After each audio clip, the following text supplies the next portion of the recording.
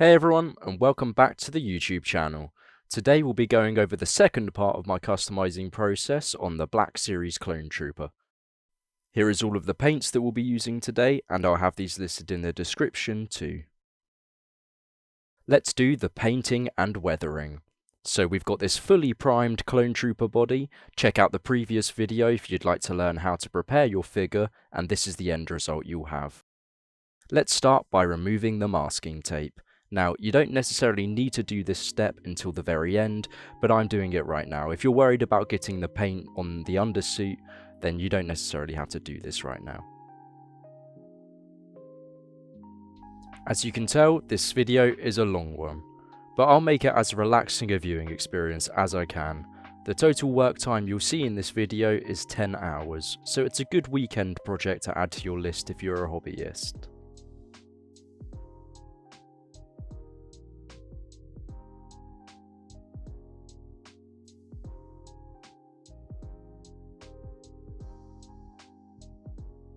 And there we go, all the tape is now removed and it's left behind some dust from the primer. So I'll take this makeup brush to clean any dust off of it, as you don't want any dust particles interfering with your paint application.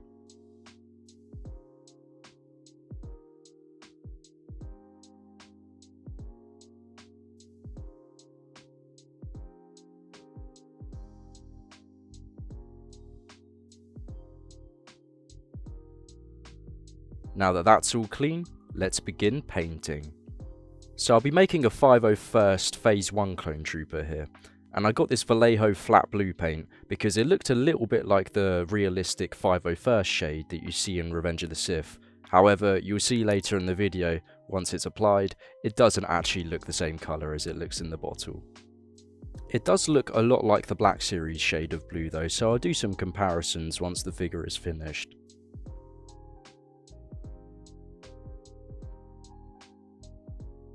Now I'm going to add a single drop of Airbrush Thinner, and this means that the paint will be nice and smooth and it won't be clumpy at all once it's dried.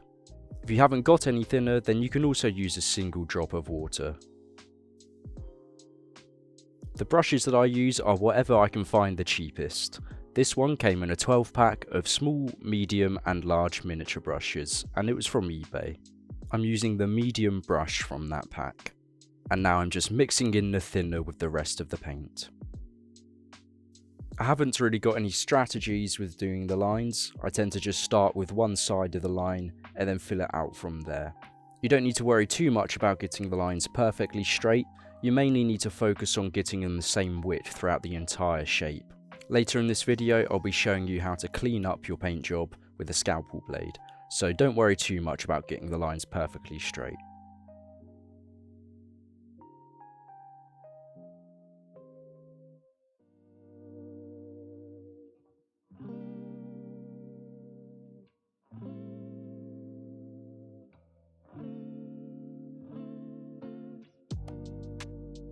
With most figures that I make, I'll usually mix my own colour of paint so that I can match whatever reference material I'm trying to get close to.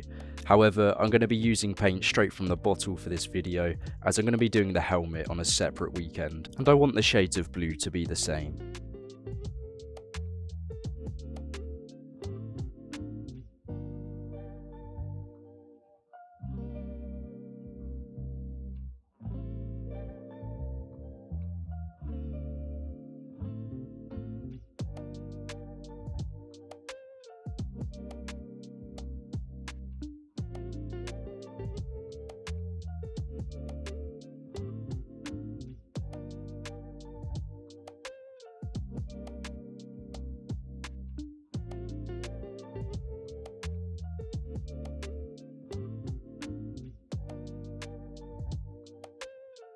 And there's the shoulder pad.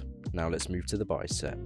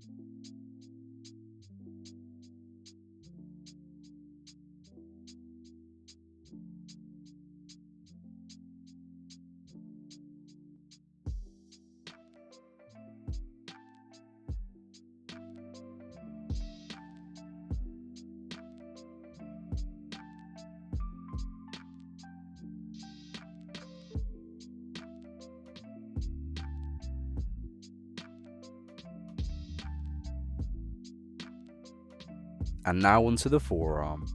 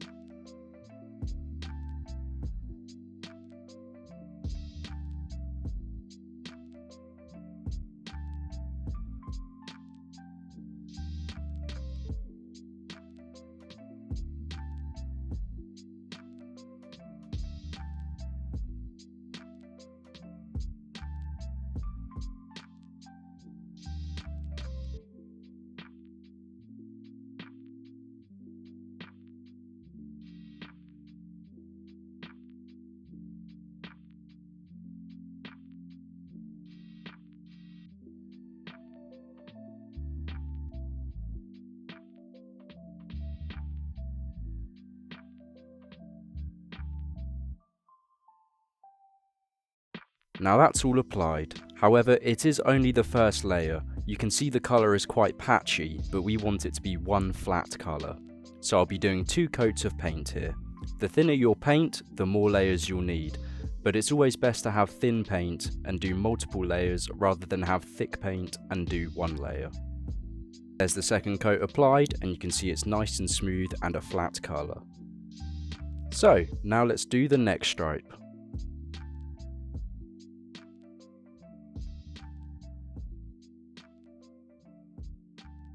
When I'm starting the second stripe, I like to have a look from the top down of the figure, because that way I get to see exactly where the stripe starts on the other shoulder pad, and I can use that as a reference of where to begin here. So by looking at the other stripe, I get a reference of how to make this one. That way I'm getting an accurate thickness on either side.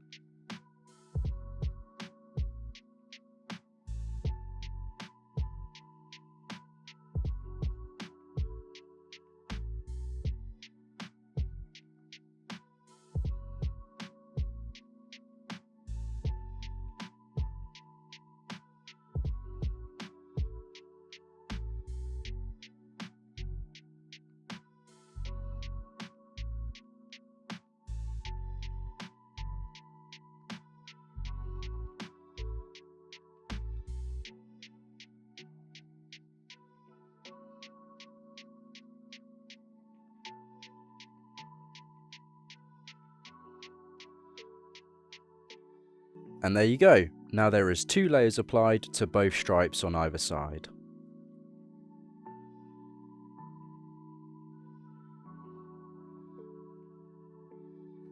of course, we cannot forget about the elbow pads. The Black Series elbow pads actually have left and right marked on the inside, so make sure to check which one. This is the right one. It's important to know which elbow pad you're working with because they're actually both different shapes, and you don't want to be painting the stripe on the wrong side of the wrong elbow pad.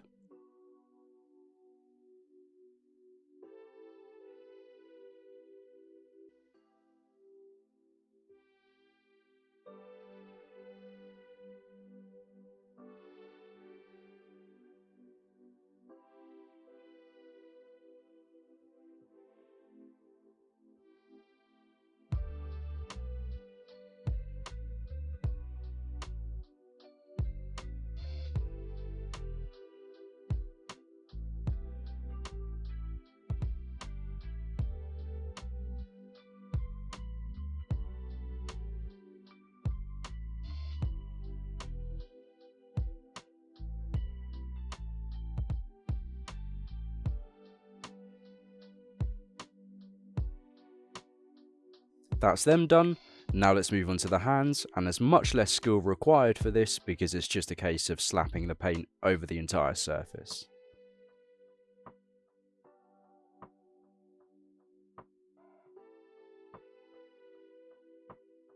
That's all of the blue painted, so let's move on to the weathering. My technique when it comes to weathering is to actually just do real weathering, to scratch away at the paint and reveal the white underneath.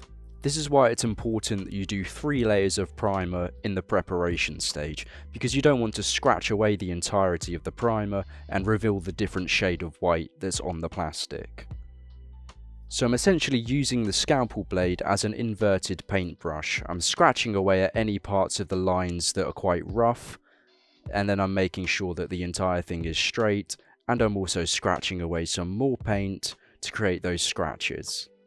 The finer that you can make the scratching, the better, because you have to remember what scale you're working at here.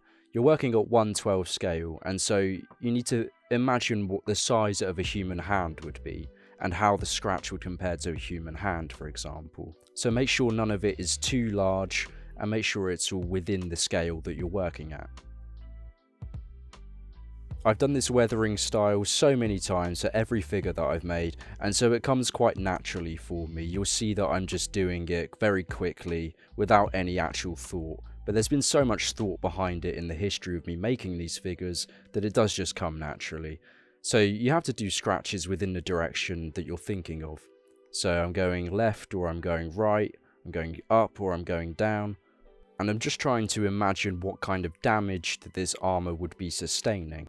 Bits of shrapnel, for example, blowing up from a battlefield, or rocks and dust that would blow against the armor and scratch away the paint, or climbing over rough surfaces and scuffing the armor that way. So just try and tell a story with the weathering that you're doing.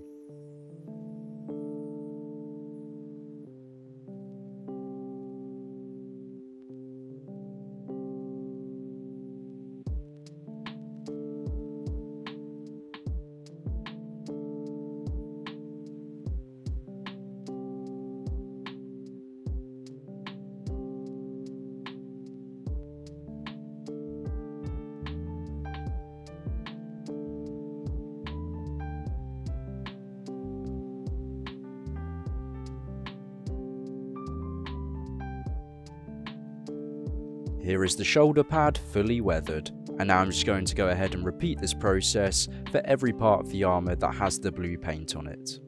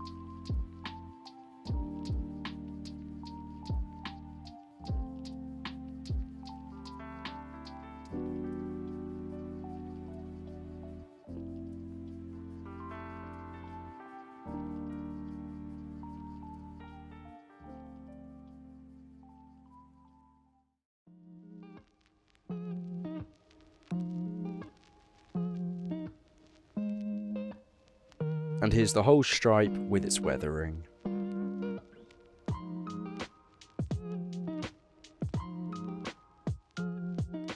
Now I'm going to go ahead and repeat the process on the other side. And here's the right stripe fully weathered.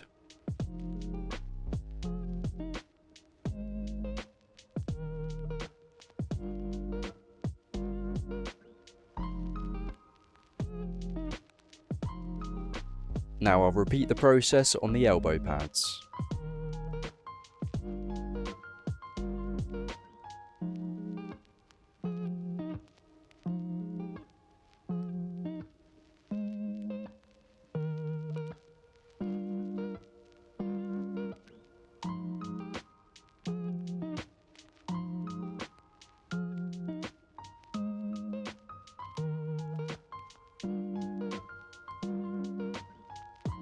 And now for the same thing on the hands.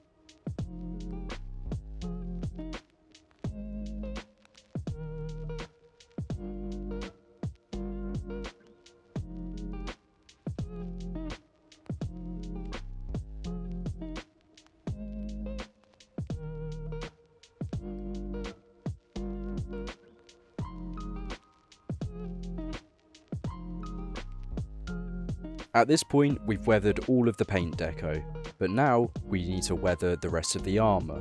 So we're going to use black paint and we're going to chip away at the white armour. This bit will be much more time consuming.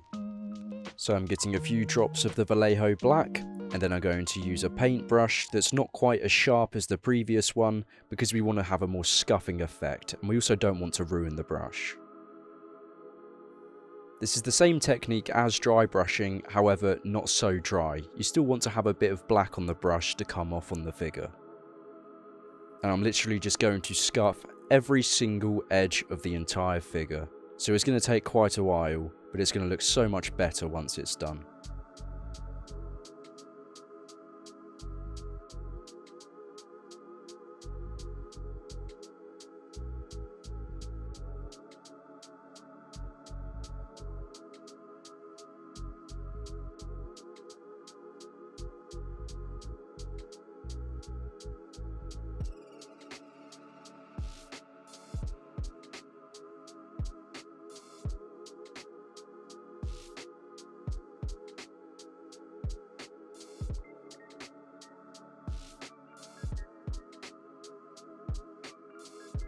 You can already see how it's starting to highlight the sculpt and give it more definition.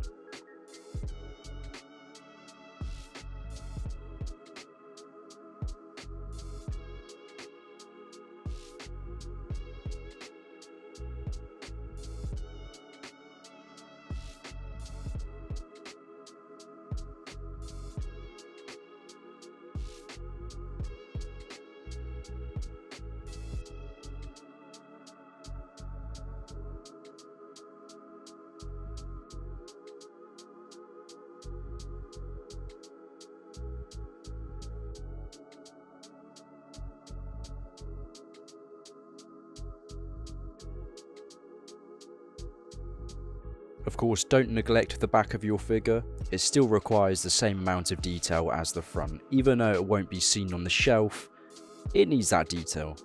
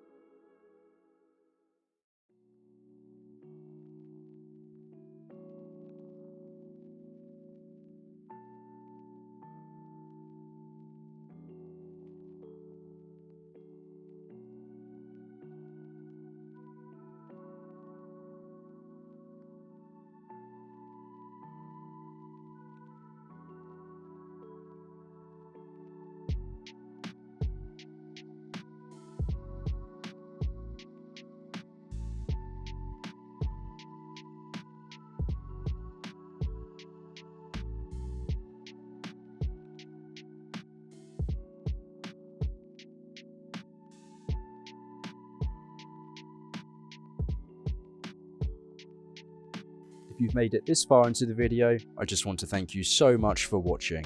Please leave in the comments what kind of custom tutorials you want me to show off in the future, because the clones are really my bread and butter, but I'm happy to show off other things and techniques.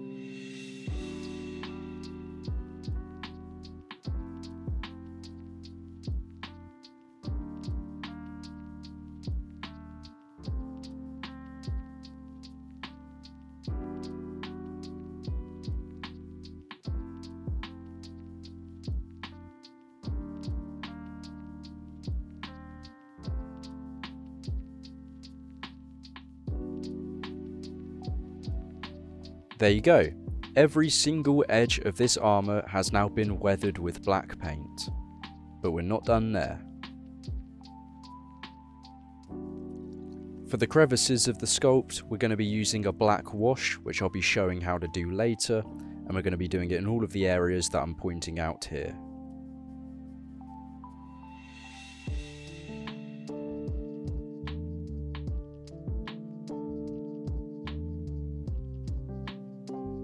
And back to the fine tip brush. I'm using this brush now to do the finer details of the scratches. The same way that I was doing the scratches with the scalpel blade on the paint deco, we're going to be doing the same kind of directional scratching, but with the paintbrush. I'm trying to get thin scratches on the first time of applying the paintbrush. However, you'll see some of the scratches I do are a little too thick for my liking, and so I go in with the scalpel blade again later to remove a bit of that paint and make the scratches thin. Most of my customizing process is actually about refining the details. I'm actually not that great of a painter, but I am good at using the scalpel blade to refine whatever details that I want.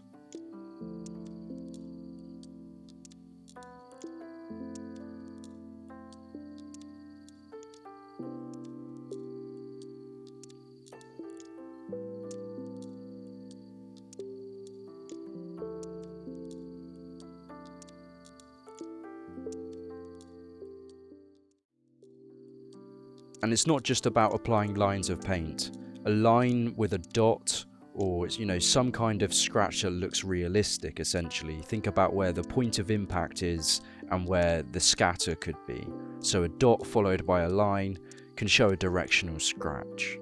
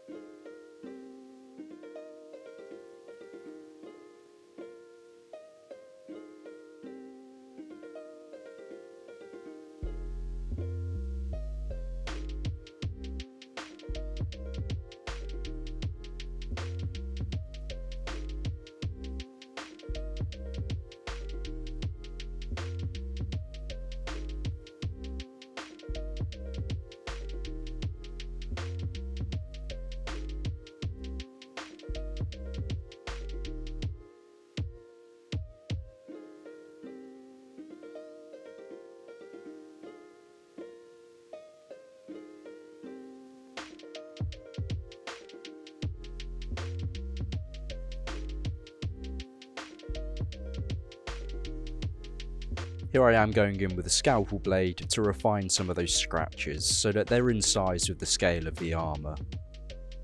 And again, you want to be gentle here as to not scratch the primer off.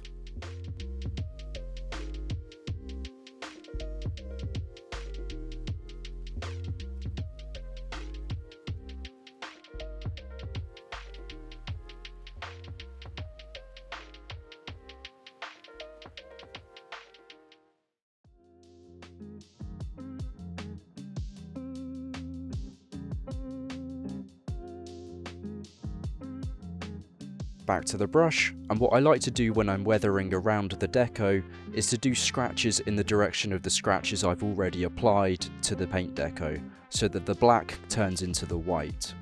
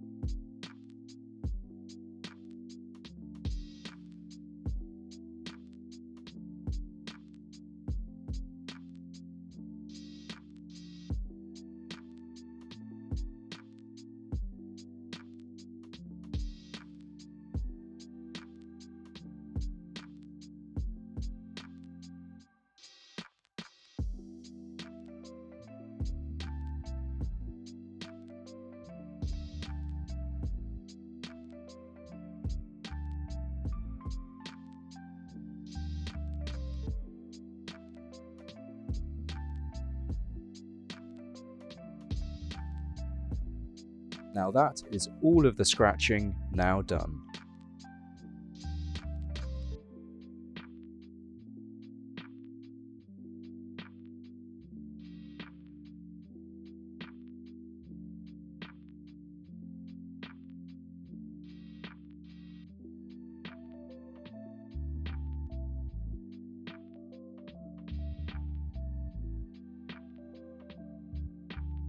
Now let's make a black wash. So you'll need a small drop of black mixed with thinner or water, roughly 20 parts paint to 80 parts thinner.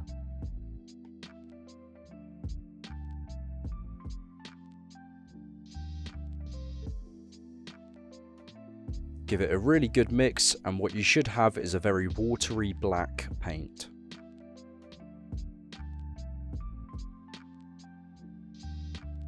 I'm just applying this now to every crease and crevice inside of the armour, so we got these top straps and then all of the other pieces that I pointed out earlier.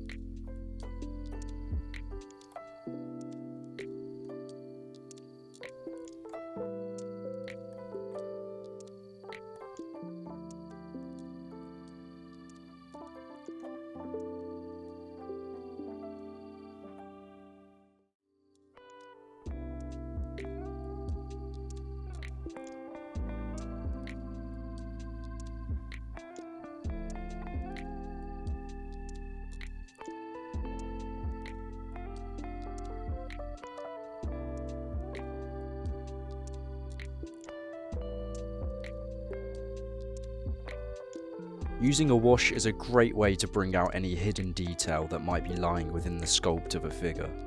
It's also giving the illusion of grime and dirt that's accumulated in these crevices over the years, adding to the feeling that this character has actually been through the wars and experienced mud and grime hitting its armour.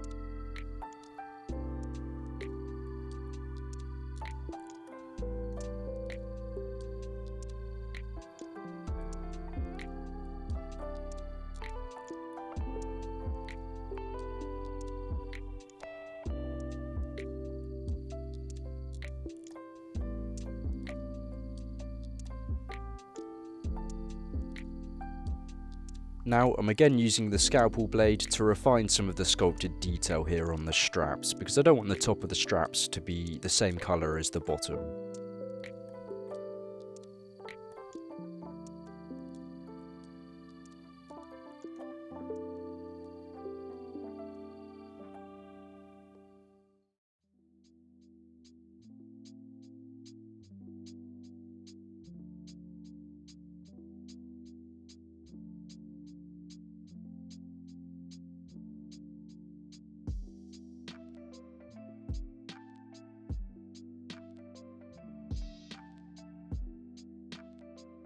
Moving down to the shoes, we now have to paint the grey on the soles of the feet.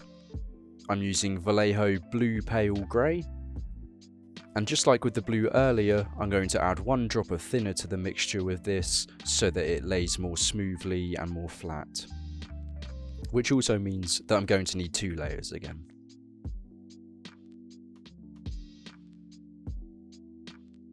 When painting around here, it's much better to just let the sculpt do the work for you. Just lightly brush against the sculpt and you'll realise that it's highlighting the shoe in itself. And of course, if you do make any mistakes in not doing such a clean paint job, just use the scalpel again to clean it up.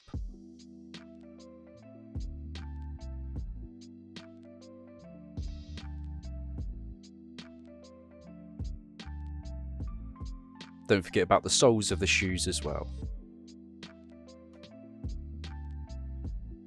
That's that all painted, so now let's do a wash over it and bring out the sculpt within the feet.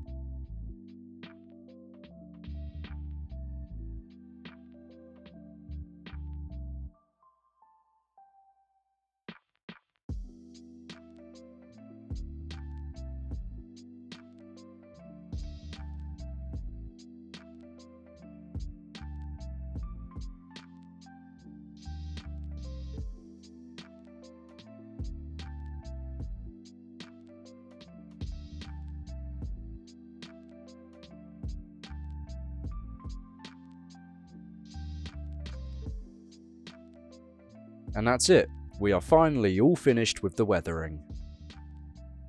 It's time to start painting the black undersuit. As you can see, the primer still hits some of the areas of the black, but it's nothing to worry about. There's no areas that are going to rub against the paint over time. So we're just going to go ahead and fill in all of the areas that had primer on them.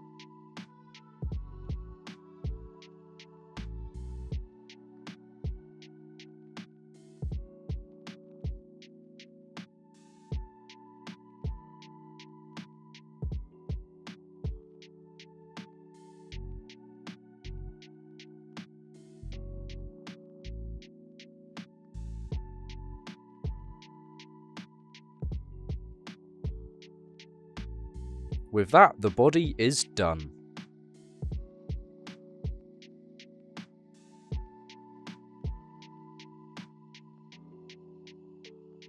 Finishing up now with the black weathering on the knee pads and the elbows, and again it's the same process that we've just done for the body.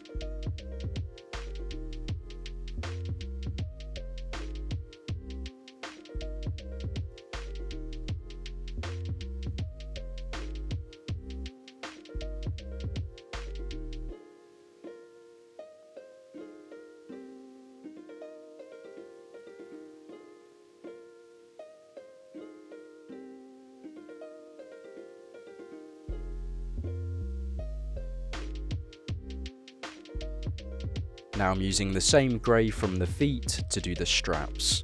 I'm painting the straps here and again just following the sculpt, and if you miss the sculpt, just use the scalpel to clean up any mistakes.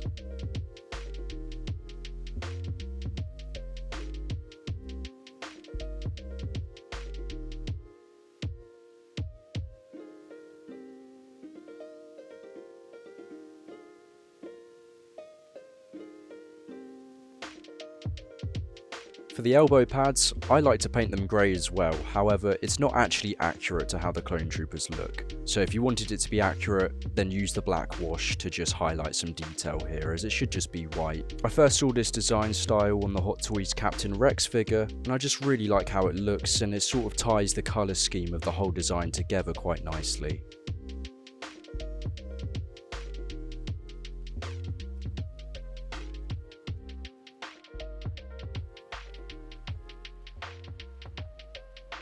And voila! One fully weathered and painted clone trooper body. The next part in this customizing a clone trooper series will be the helmet, so I'll be showing you how to create a hot glue joint and also paint every detail of the helmet. We'll be using the same weathering styles and the same colours, so stay tuned for that. And if you have any further questions on what I've done here today, just leave them in the comments below and I'll get through to them. Once I've got the helmet finished, the final step in this series will be the finishing. So we're going to return to this body and the rest of the parts and apply the finishing coats. Then of course assemble the figure.